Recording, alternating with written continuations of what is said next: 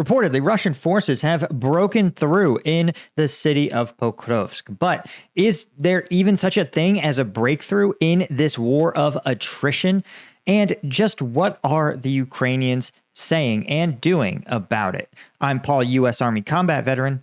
Let's talk about it. Okay, so this is taking place near Pokrovsk. Now, what's worth noting is that Pokrovsk has been a city that has been effectively under siege for over a year, as Russian forces have attempted to encircle the town in lieu of simply seizing it. But in the last 48 hours or so, there have reportedly, you can see here near the town really of Zolotainy Kolodiaz, you could see that there's been what is reported as a substantial Russian breakthrough. In fact, from point to point here, it looks like it's nearly 13 or 14 kilometers, with some Russian forces operating as far out as 17 kilometers from the last Russian established positions. But there's been another sort of strange sort of take here. And the first is that neither Ukrainian nor Russian forces have been bragging about this. In fact, Ukraine is reporting that it's a small Russian unit passing through defenses near Dobropilia, but denies that this constitutes a proper breakthrough. However, literally, a competing outlet is saying, actually, this is a major Russian advance in eastern Pokrovsk, and that Kiev has been forced to deploy reserves. But reportedly, this has been broken by lots of infantry on foot, but it's unclear how many and exactly where they are. And so this is a pretty strange dichotomy when you have different outlets saying different things. But we can get into some sources on the front lines. Particularly, let's talk about one. This is from the former commander of the 12th Special Purpose Brigade. This is Azov, who's saying that the Pokrovsk line or area is, without exaggeration, complete chaos, he says. This chaos has been growing for a long time, worsening with each passing day. He says that the command structure on the ground there is been tasked essentially to fix the unfixable and will be blamed for the chaos.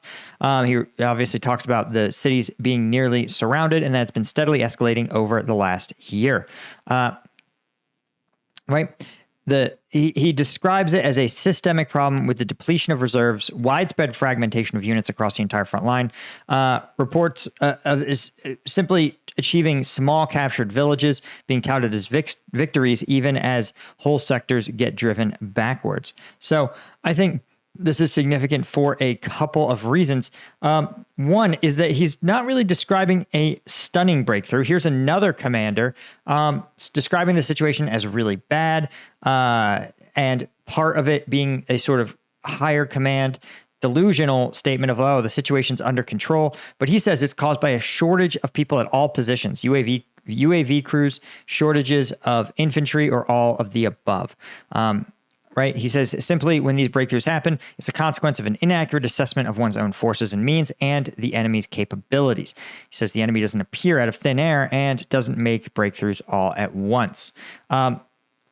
So I think I also texted one of my contacts on the front lines. He said, yes, this is a breakthrough. Yes, it's pretty bad. He goes, but they've deployed reserves. There's already things are already being stabilized. So I think this is unlikely to be reversed, but it's also unlikely to expand substantially. Now, I wouldn't sit there and say that you're not going to see consolidation, where generally you have these kind of these surrounding areas that might be in a tight spot fall under Russian control. But I think there's a larger story here, and the larger story is the rise of the fiber optic drone has changed what constitutes a major advance.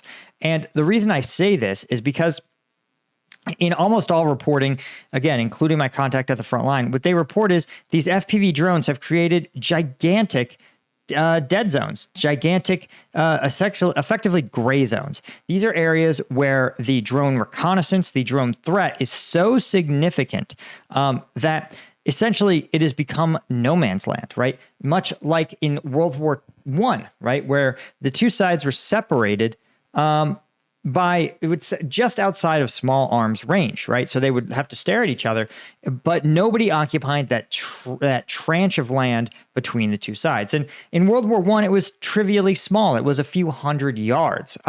But here, because the primary weapon of war now is not the rifle, it's the FPV drone, which has a range of, 10, 15, even 20 kilometers. What you often might have is situations where you don't think of these as a front line, but more think of them as a contested area, right? And the reason is because the war is about detection, and it's about finding the other person's positions, right? This is something that almost every person I talked to when I was in Ukraine, a little less than a year ago said. He says the primary war now is about finding where the enemy is and using the drones to strike them once they're found. Once they're found, they're going to be either killed or forced out of their positions. And so what you can't have simply a trench line, right? You can't simply dig trenches along the front line because it becomes way too easy to detect those trenches and strike them with drones. So instead, what you end up with is think of them as a smattering. Imagine if I were to take cupcake sprinkles and scatter them across the map, right? And you would do so in like a band, effectively, that simply is like a scattered band across the map of grains of sand. That would represent the way areas are held now. And so, obviously, the Ukrainian stance anyway, or the government stance, is that this is a function of a few grains of Russian sand sort of percolating past Ukrainian grains of sand before they could be detected. But the fact that still the Russians are moving 17 kilometers before being detected is itself deeply troubling. And it's a sign that perhaps the Ukrainian lines are much thinner than that has been indicated, and that Ukraine's ability to rally FPVs and other strike drones to sort of mitigate this risk is not as great as was once believed. So I think I believe people when they say this is not part of a systemic breakthrough. I think a large part of this too is Russia sort of pushing hard in preparation for Putin's meeting with Trump in a few days. So I suspect that this may have been a high risk, high reward kind of surge into Ukrainian lines, but not one that's going to be sustainable or supported. Because what's notable is that Russia has fairly clearly up until this point had a discrete objective, right? We see us moving back through time, and it's fairly obvious that the Russians want to encircle Pokrovsk. That is what they have been steadily working towards. That has been, again, a year plus in the making. And then suddenly they make a hard right turn. They go due north, right? In fact, pushing their forces into an area where there's not really an encirclement to be done.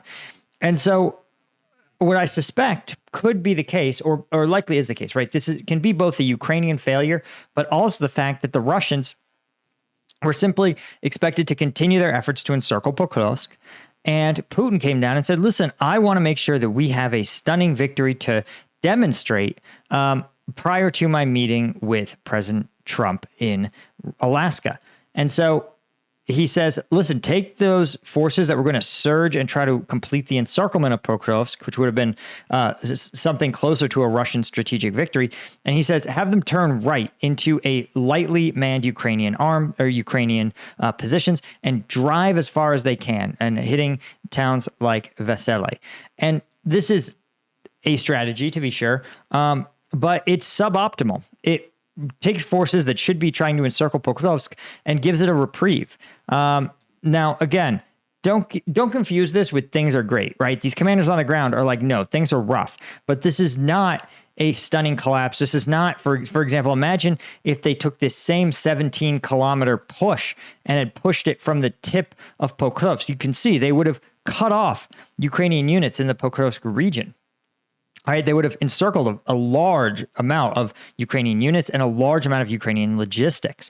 So the fact that they extended it in this unlikely, unexpected direction, I think is telling that this is a political decision. And so again, I'm asking you to hold two thoughts in your mind right now: that this is both a real victory for Russia, this is a real failure and issue for the Ukrainians. It is probably, based on the information we have now, not a strategic risk, a tactical, perhaps operational risk. And at the same time, it's also I wouldn't call it a Russian mistake. It is a less best course of action for Russia in a strictly strategic sense.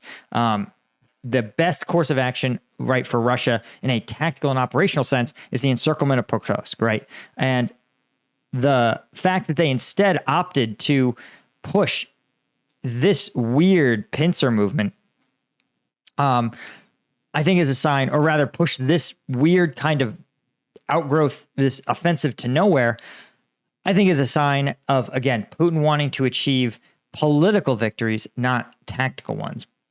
But also worth noting that war is a political animal. Achieving political victories, like Putin's initial goals, were not the literal conquest of Ukraine. It was to remove the Ukrainian government and install his own government. So war is a political act at baseline, right? And so arguing that, oh, well, this wasn't a tactical decision, it was a political one. Well, the political is the strategic. And so, again, perhaps for Putin, it's not clear who. I think his goal is to demonstrate, in part to the global community watching this, to say, listen, Russia is actually able to achieve battlefield victories, even as NATO countries, in at least perform actions that Putin's going to argue are begging for peace, right? And you notice that Putin hasn't softened any of his stances. He's engaged in a large-scale offensive. And he is trying to demonstrate, I think, to the global community and to the Ukrainians and to the Russians that he's in charge, he is in the driver's seat of this war, and that he has the U.S., that he has NATO, that he has the Ukrainians. Simply, he wants to create the perception that they're all begging him for peace, and that he is simply compromising on nothing. So anyway, guys, thanks so much, as always, for being members. Hit that subscribe button. And, of course, if you want access to uncensored combat videos, including some sent to me straight from the front lines, become a member down below. Cheers.